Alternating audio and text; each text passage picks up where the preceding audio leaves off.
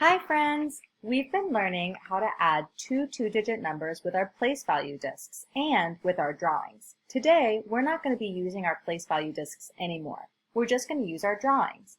And we're going to be adding two-digit numbers like 26, I see the two digits, and three-digit numbers like 147. I see my three digits. My first step is to line up my two numbers. So I'm going to line up 26 plus 147. All my ones digits are in the same line, my tens digits are in the same line, and my hundreds digits are in the same line. My next step is to draw it out. So just like I really neatly did these, I'm going to really neatly put my dots here. So for 26, I know I need two groups of 10 and 6 ones. So count with me.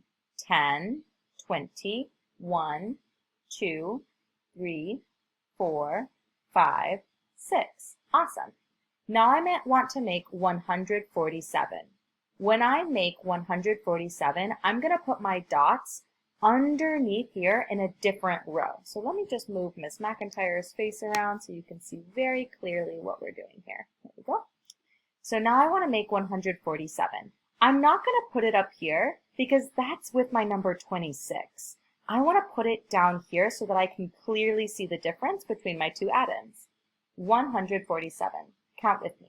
100, 10, 20, 30, 40, 1, 2, 3, 4, 5, 6, 7. I can clearly see my add-in 26 with my two tens and 6 ones. And I can clearly see my add-in 147 with my 100, 4 tens, and 7 ones.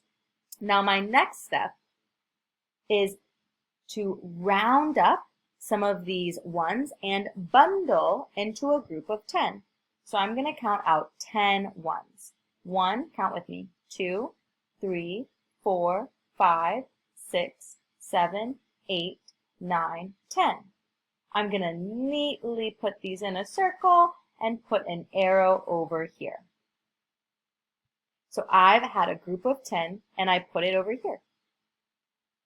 I have 3 leftover ones.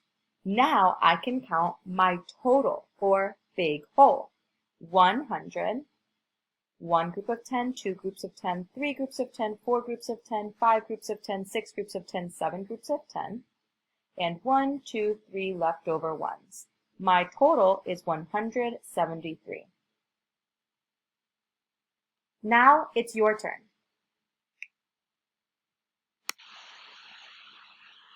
This is what your Nearpod is going to look like. You'll use the drawing tool to show exactly like what Miss McIntyre just drew, but on your Nearpod.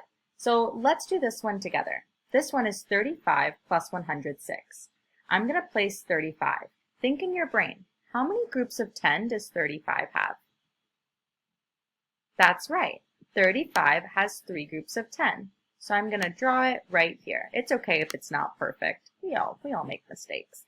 And then I have 5 ones. 1, 2, 3, 4, 5.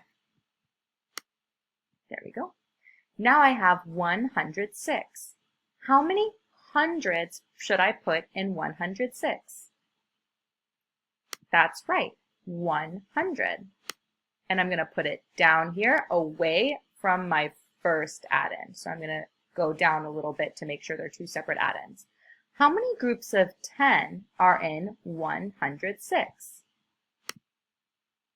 That's right, 0 groups of 10. How many ones are in 106? 6 ones.